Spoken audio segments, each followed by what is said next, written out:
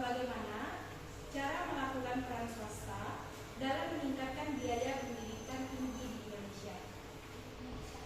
Bagaimana cara melakukan peran swasta dalam meningkatkan biaya pendidikan tinggi di Indonesia. Oke, Maris. Tadi kan Maris nanya bagaimana cara melakukan peran swasta dalam meningkatkan biaya pendidikan di Indonesia. Nah, di sini tuh contohnya kayak mengurangi biaya kuliah gitu, Maris, kayak memberikan bantuan kit, terus memberikan kayak bantuan yang lain gitu. Seperti kan kit tadi tuh, itu udah lebih mengurangi biaya kuliah, kan membantu kita untuk meningkatkan biaya pendidikan gitu. Terus ada mendukung program pendidikan tuh kayak kampus mengajar gitu, kayak atau enggak MKWK gitu. Itu kan program pendidikan gitu. Gimana Maris? Kan tadi peran siswa yang dimana peran tersebut meningkatkan kualitas kan, secara finansial. Nah, jadi itu cara mengatasi masalah biayanya. Yang pertama memberi bantuan gitu, Maris, kayak kit, memberi bantuan kit atau enggak kayak yang di SMP kayak itu kit. Oh iya, kalau misalnya di SMP itu kan dapatnya PIP gitu kan bantuannya gitu. Misalnya 700.000 gitu untuk biaya buku atau perlengkapan lain gitu. Itu kan membantu finansialnya gitu.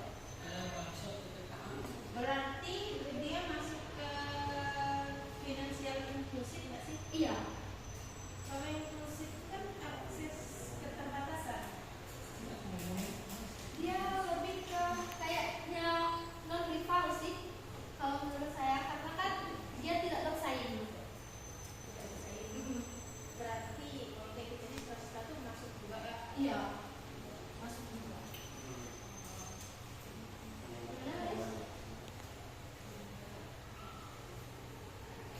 Apakah ada yang bertanya lagi? Ya, berarti kan ada menyinggung tentang barang publik eksklusif ya. Nah, yang ingin saya tanyakan itu apa peran regulasi dalam mengelola barang publik eksklusif? Ini lanjut pertanyaan yang kedua ya. Kan punya Rahma tadi nanya, apa peran regulasi dalam mengelola barang publik eksklusif kan? Rahma itu menjawab, regulasi tidak memiliki peran dalam mengelola barang publik karena sifat barang publik bersifat non eksklusif dan non rival. Artinya, barang publik dapat digunakan oleh semua orang tanpa memandang pembayaran dan tidak ada batasan untuk membatasi orang lain dalam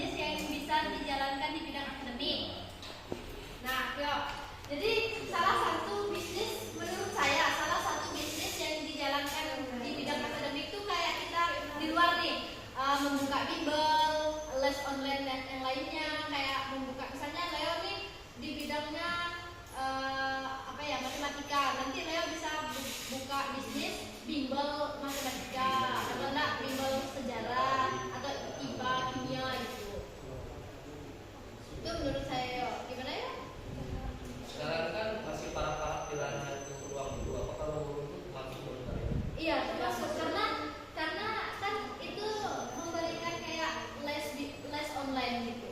Secara tidak langsung dia udah ke bisnis gitu. Nah, kalau misalnya dia kayak misalnya di Sintamila kan banyak bimbel online kayak bukan bimbel online, kayak bimbel yang saja di Sintam ini kayak buka tempat les bahasa Inggris kan langsung ada di Sintam gitu.